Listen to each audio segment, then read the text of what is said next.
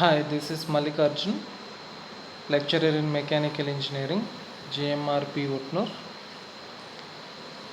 Uh, the subject I am going to discuss in this video is engineering materials.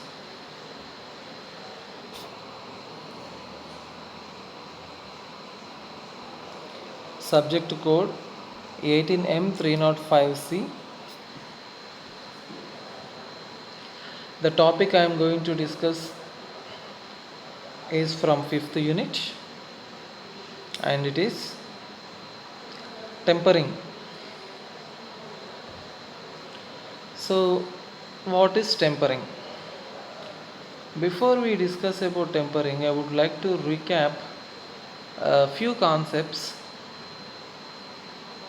which were discussed in the previous video sessions.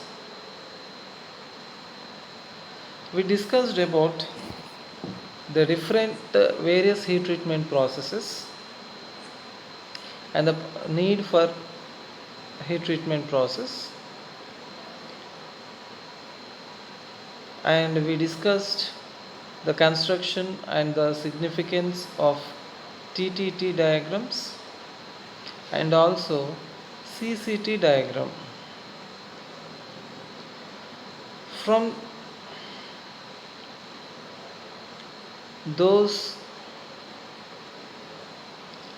concepts,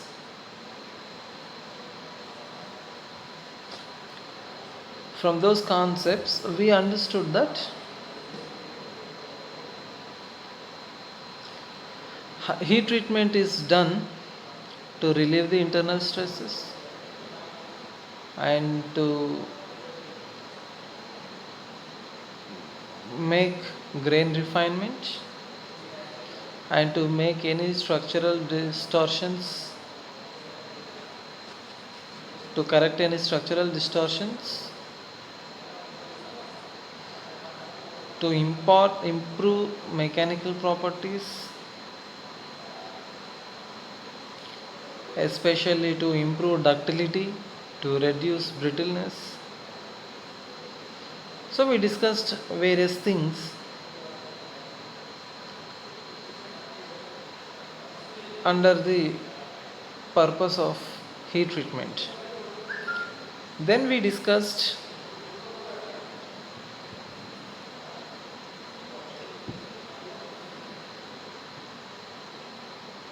various what exactly a heat treatment is. So heat treatment is nothing but it is the process of heating a metal to a predetermined temperature and soaking at the temperature for a certain period until the entire section of the metal gets uniform temperature or uniform phase, and then cooling at a specific cooling rate. We all know that we already discussed heating and soaking is common for every metal or an alloy, but heat treatment, the name heat treatment is given different, the term heat treatment is given different names based on the rate of cooling. So heating and soaking procedure is same for every metal and alloy, but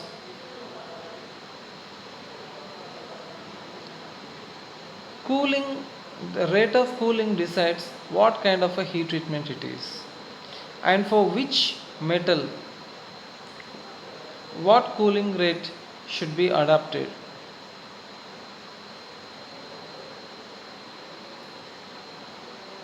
Based on that, the heat treatment process is given different names. We discussed this in the previous videos.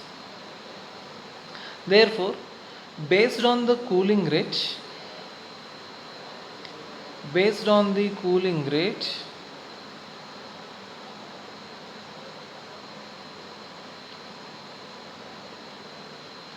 The heat treatment process is broadly classified into three categories. One is annealing, and the second one is normalizing. Third one is quenching or hardening. So these three heat treatment processes are very famous and widely adopted heat treatment processes.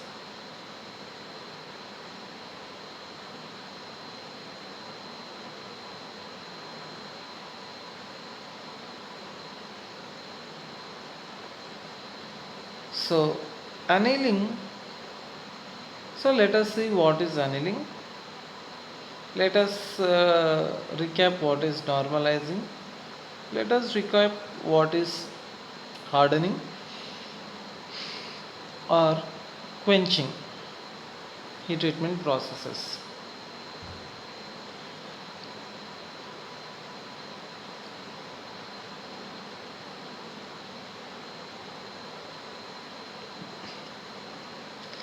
Annealing is nothing but it is the process of heating the metal above the ACM or A3 line. If it is hypoeutectoid steel, it is the A3 line, and if it is hypereutectoid steel, it is A1 line.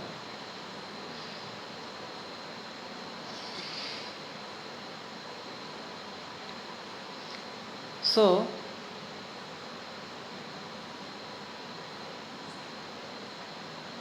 normal annealing is heating a metal to a predetermined temperature and soaking at the temperature to attain uniform phase or temperature throughout the section, and then slowly cooling in order to relieve the internal stresses, in order to refine the grain size, is called annealing. So based on the rate of cooling, the heat treatment processes is divided into three categories, and in that the first category is annealing, and in annealing we heat a metal or an alloy to a predetermined temperature, and it is held there or soaked at the temperature for a certain period until the entire metal section or an alloy section gets uniform phase or uniform temperature or phase, and then slowly cooled in the sense cooling it in the furnace itself, in order to relieve the internal stresses, in order to improve the ductility, in order to reduce the brittleness, in order to improve the electrical conductivity, in order to refine the grain size. So when it is cooled, fine grain structure is converted into coarser grain structure, is called annealing. And annealing is further divided into full annealing, process annealing or subcritical annealing,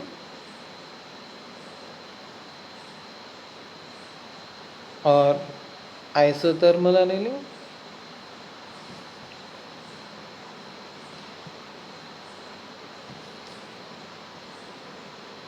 or spheroidized annealing. So we discussed all these annealings, 4 types of annealing.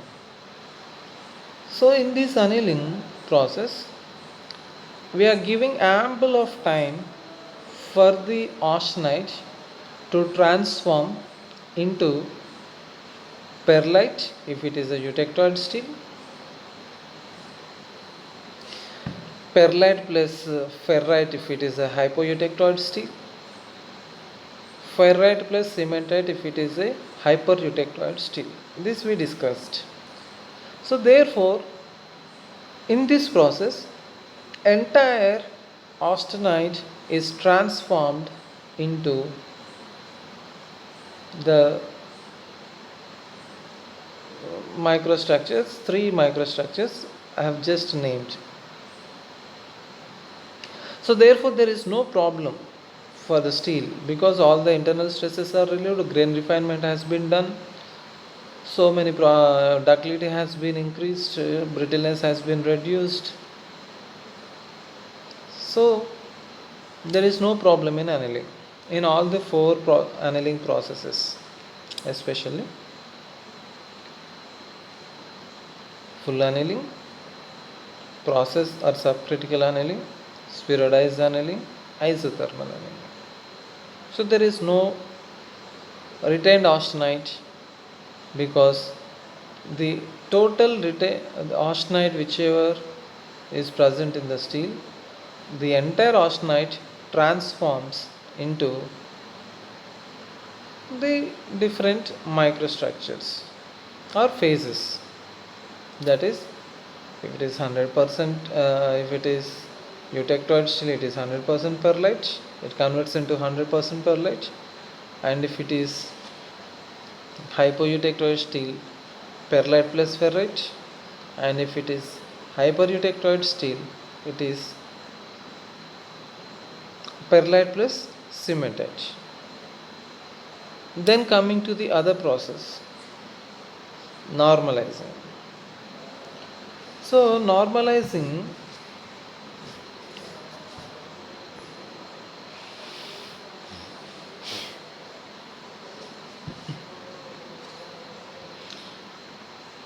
it is a process of heating steel to a temperature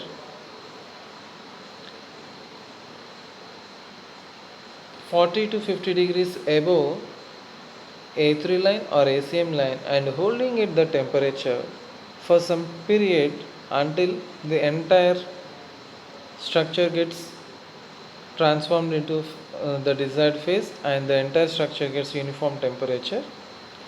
Then it is cooled in still air. That is, in annealing, we cool it in the furnace itself by just switching off the furnace. Whereas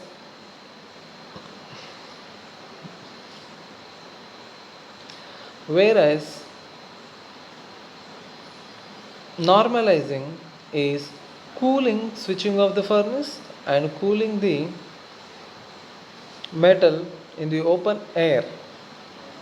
So that means cooling in open air is much faster than just cooling it in the furnace itself. So when compared with annealing, normalizing is very fast cooling. So that is the difference between annealing and normalizing. In normalizing, we cool it in open air, whereas in annealing, we cool it in the furnace itself by just switching off the furnace. This is what we discussed in the previous video sessions. So even cooling in air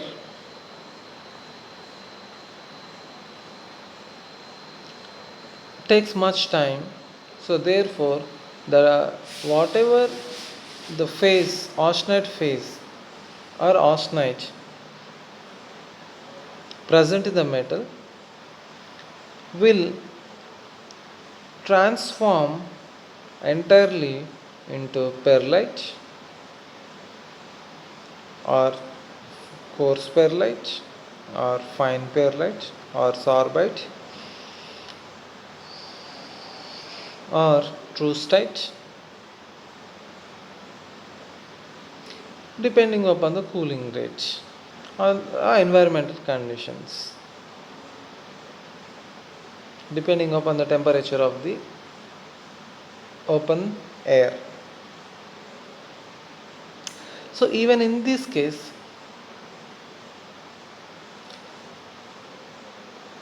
whatever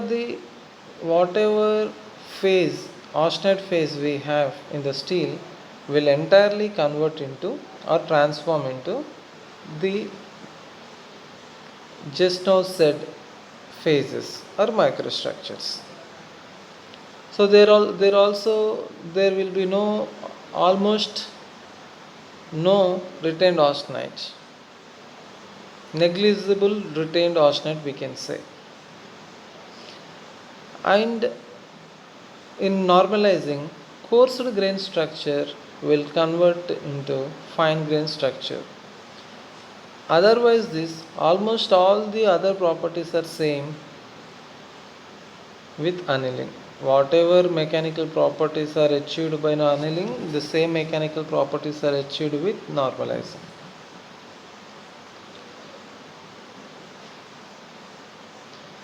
So there will be no retained austenite and no thermal stresses are induced in it, even in annealing as well as in normalizing.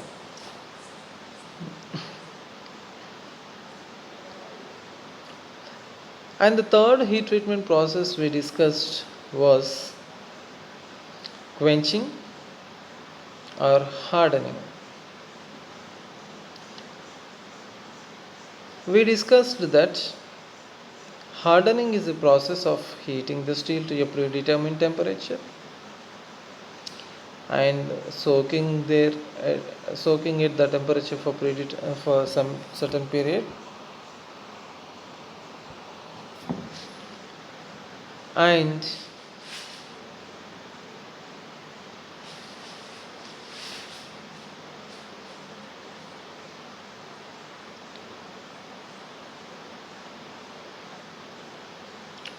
quenching it in a salt bath maintained at some particular temperature, or in water maintained at some particular temperature, or in any oil. So that means it is very fast cooling when compared to normalizing. In annealing, for cooling it may take 2 to 3 days time, and in normalizing it may take 1 day or little more than 1 day. But whereas in quenching it is cooled in the same minute or in a few minutes. So therefore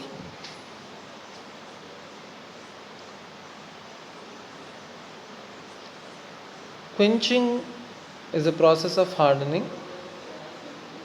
Because of quenching, the entire austenite transforms into martensite. So in the previous two heat treatment processes,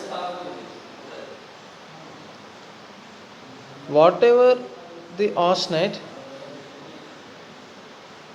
it will transform into the different phases and enough time is given. So therefore whatever carbon present in the austenite will diffuse out of austenite and different phases are formed. Because for diffusion we have ample of time, so therefore carbon is get diffused out from the austenite. But whereas in the quenching or the hardening process, the hardening heat treatment process,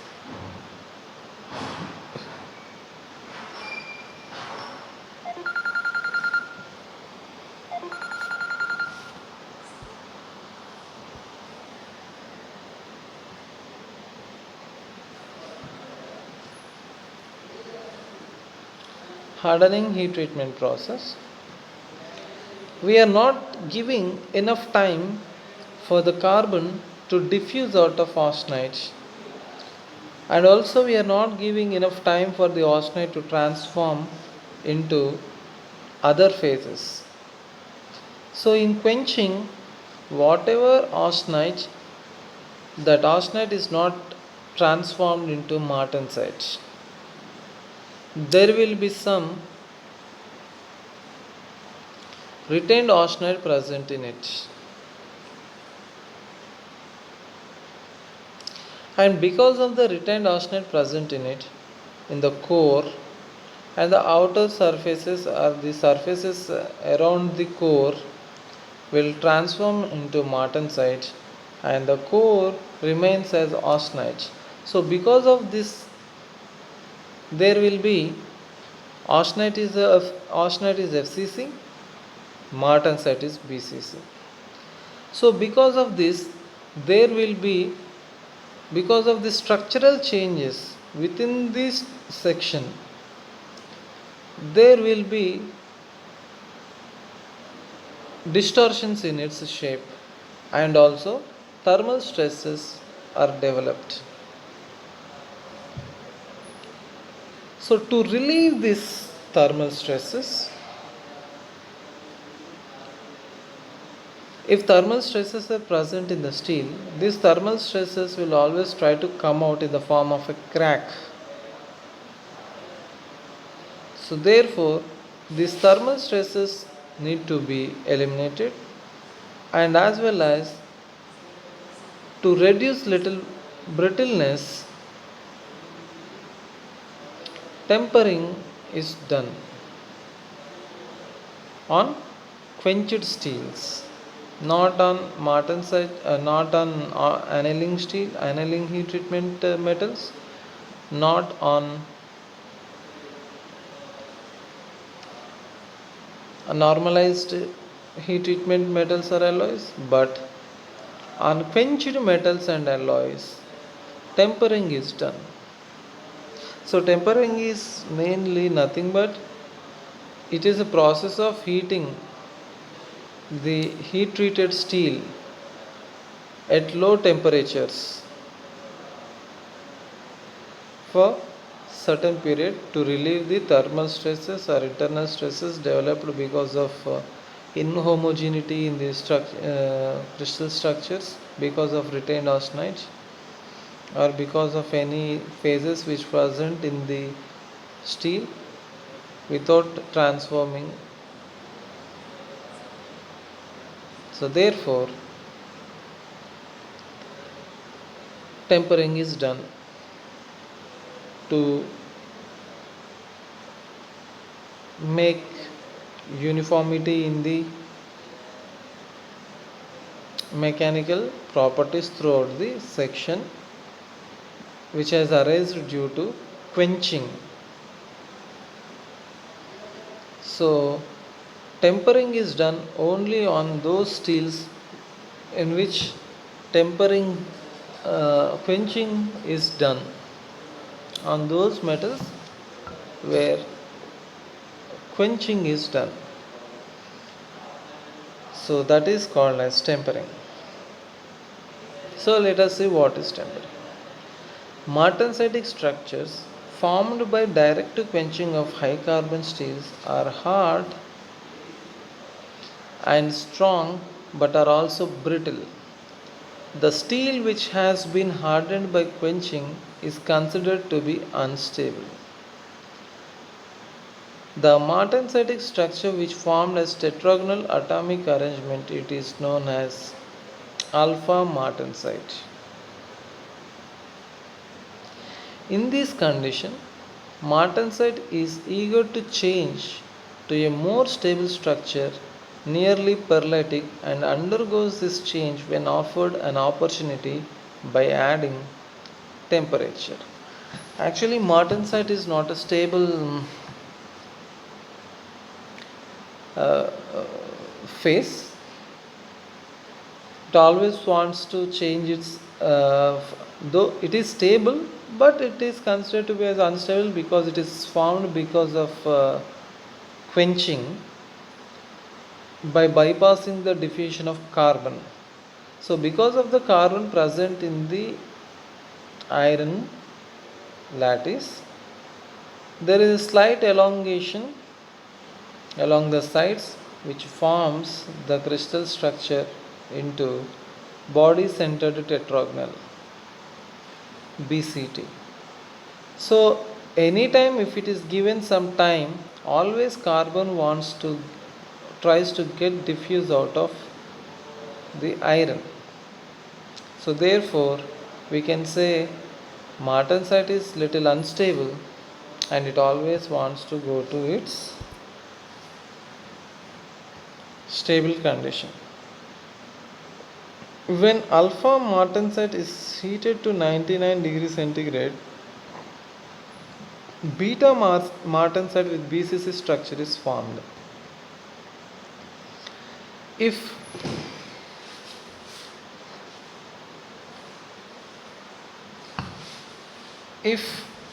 beta martensite is further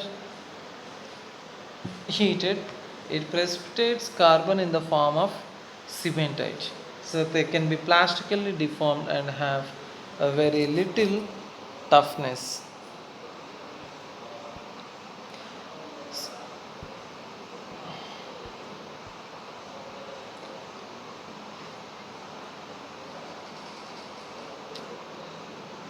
So if cementite is formed, being cementite is very brittle,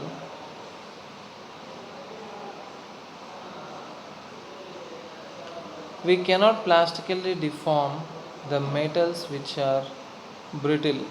So we always want a metal with little toughness or ductility in order to shape the metals into the desired shape. So martensite should be always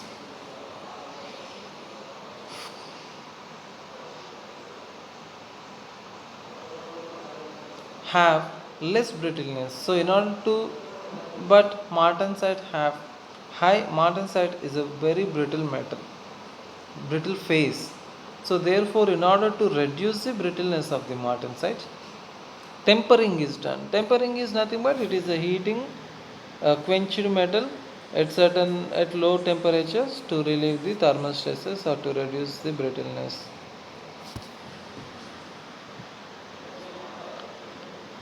So that is tempering.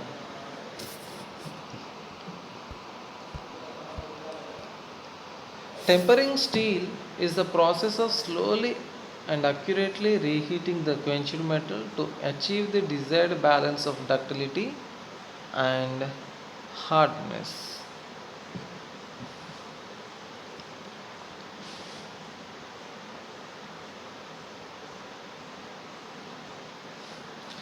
Some of the hardness and strength must be sacrificed to obtain suitable ductility and toughness. So when we do tempering, some of the hardness is lost because of tempering. So when hardness is lost, little ductility and toughness are improved. So this is done by tempering the martensitic steel. Thus tempering process is carried out to increase toughness, decrease hardness, stabilize structure, relieve stress and change of volume. So these are the main purposes for the tempering. So the process of tempering consists of heating quenched and hardened steel in martensitic condition to some predetermined temperature between room temperature and the critical temperature of the steel for a certain period of time, followed by air cooling. The tempering temperature must not exceed the critical temperature, as the steel would become austenite and the benefits of hardening treatment would be lost. This we know. Tempering is only just to relieve the internal stresses or to increase the toughness, stabilize the structure or decrease the hardness. Tempering is done, but tempering is done only at 100 to 200, 300, mostly 500 degrees centigrade, below 500 degrees centigrade. If it is done up to 650 degrees centigrade, then it will lose entire hardness and it becomes again ductile, converting the phase from martensite to perlite or bainite or trustite or sorbite. So therefore we should not do heat, we should not heat the metals more than 300 degrees centigrade, otherwise the martensitic phase will again transform into some other phase. So we should always keep in mind, tempering means heating the metal at much below the phase transformation temperatures or critical temperatures, and need to increase toughness to reduce brittleness, decrease hardness, and stabilize the structure. So that is the main purpose of tempering. So tempering causes transformations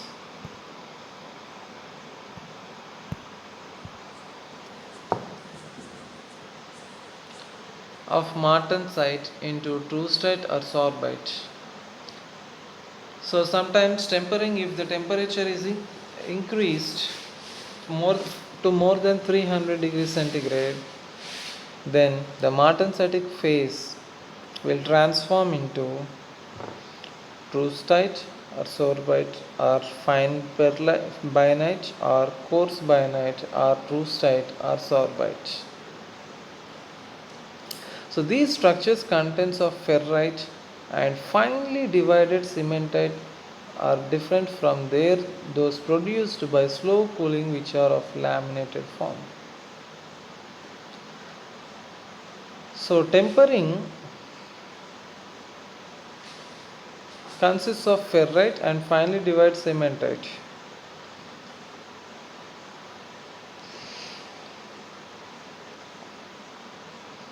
And are different from those produced by slow cooling, which are laminated form. So the shape of the ferrite and the cementite that are formed because of tempering at high temperatures is different that is formed by slow cooling. So tempering processes can be classified based on tempering temperatures. This is very important. Tempering is also again classified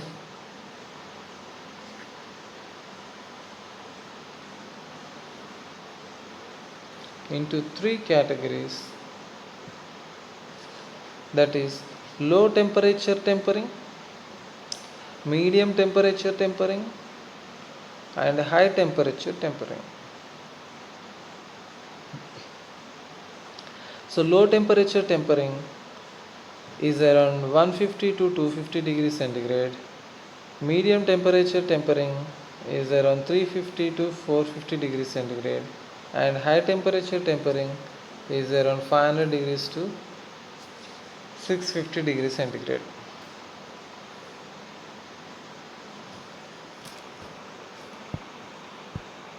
So now let us see what is low temperature tempering.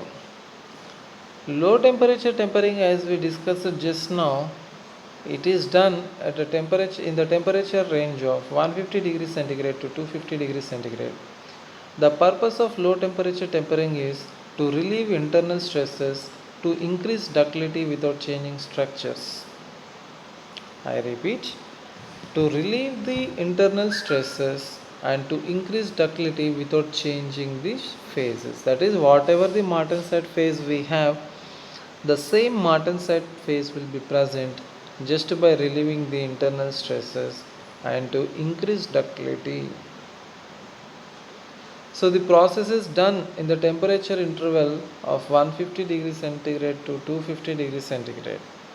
The tempered component cannot carry dynamic loads.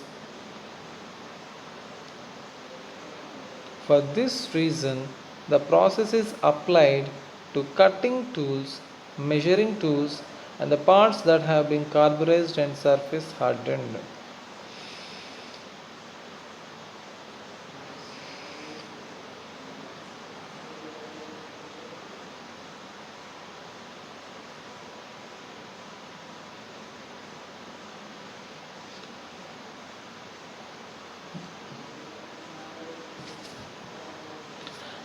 And coming to medium temperature tempering,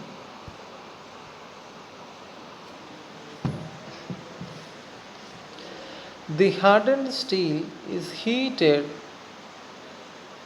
heated in the range of 350 degrees centigrade and 450 degrees centigrade.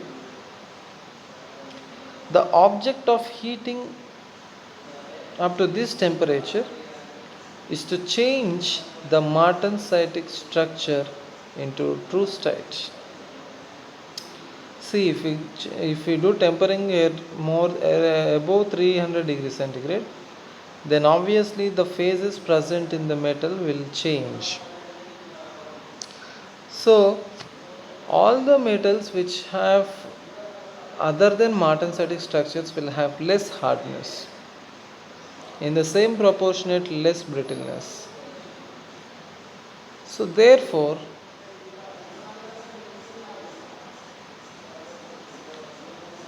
without changing the structure, if we want to improve little ductility and reduce little brittleness, low temperature tempering is done.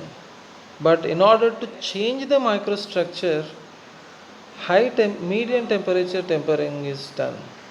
So in medium temperature tempering, the hardened steel is heated in the range 350 degrees centigrade to 450 degrees centigrade, and the whatever martensite present in the steel converts into true state. As a result of change in structure of the steel, as a result of change in structure, the steels become more tough and ductile. That means the brittleness is reduced and the hardness is reduced. If brittleness and hardness is reduced, indirect, automatically ductility and toughness increases.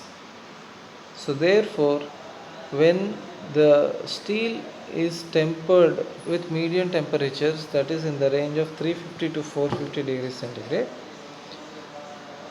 more toughness and ductility is restored, but the hardness is considerably reduced.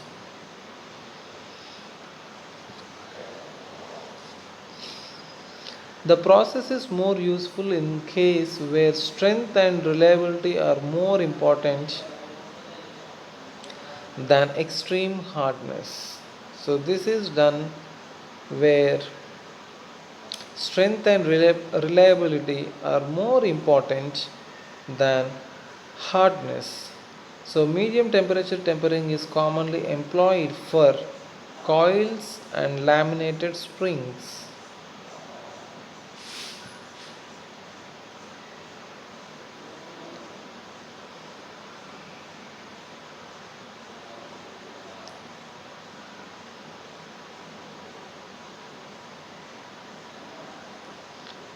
So therefore, we cannot adopt a medium temperature tempering for those metals which we do not deserve to change the martensitic phase. And the next tempering process is high temperature tempering. High temperature tempering is carried at a temperature of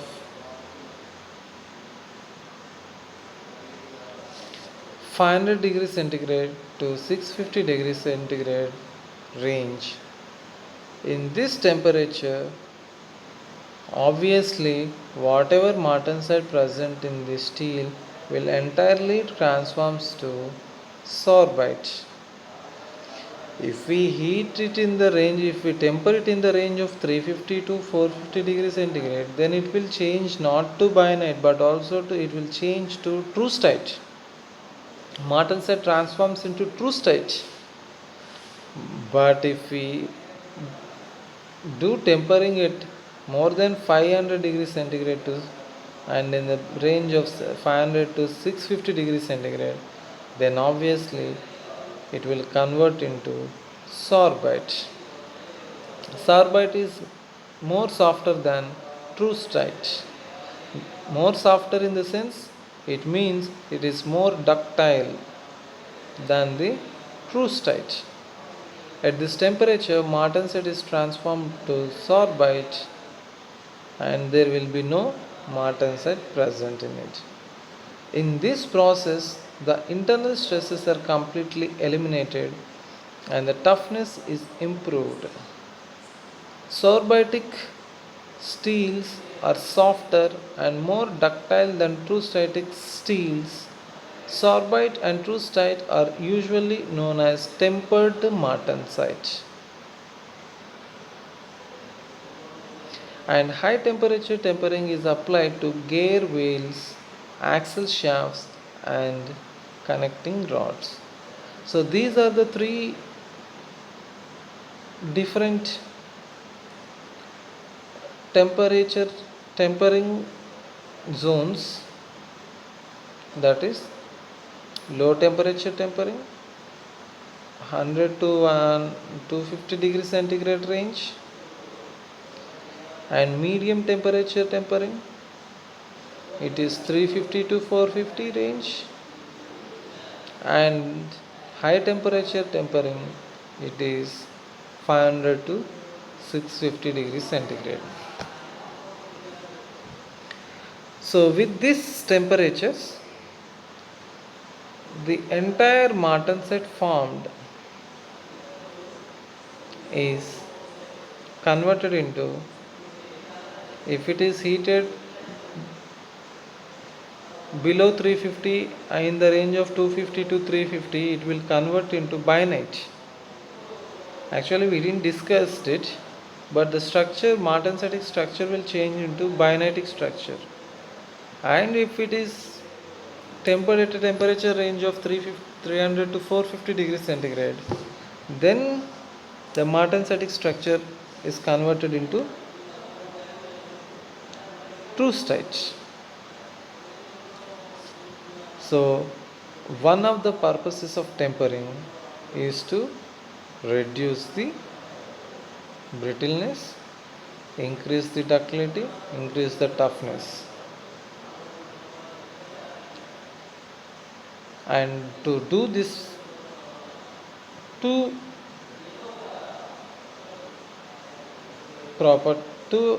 things, to reduce the brittleness, to increase the toughness and ductility, tempering is done. And there is another concept which I have already discussed. What about the retained austenite? So to convert the retained austenite, we do austen tempering.